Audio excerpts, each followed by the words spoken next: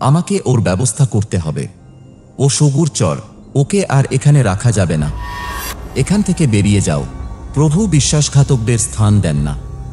প্রভু, আমাকে ক্ষমা করুন। আমি আর কখনো এমন করার সাহস করব না। এখনই গ্রামে ফিরে যাও। যদি না যাও, তোমার কুকুরের জীবনও থাকবে না। ও কিকু, এই সব ঘটনা সব তোমার জন্যই হয়েছে। কাচ্ছি, প্রভু কেন মিয়াকিকে তাড়িয়ে দিলেন? ওর বৃদ্ধা মা অসুস্থ, ওর চিকিৎসার জন্য টাকা দরকার। ওকিকু, তুমি আমার ঘনিষ্ঠ দাসী। আমি এই ধরনের লোকেদের সঙ্গে মেলামেশা করতে চাই না। তুমি তাড়াতাড়ি ভেতরে গিয়ে তোমার কাজ করো। আর একটা কথা, অনেক লোকের সামনে আমার নাম এভাবে খোলাখুলি করে ডেকো না। দুর্গ প্রধান, আপনি কি এখনো আমাকে কেবল একজন পরিচারিকা মনে করেন? তুমি যদি দাসী না হও, তাহলে কে?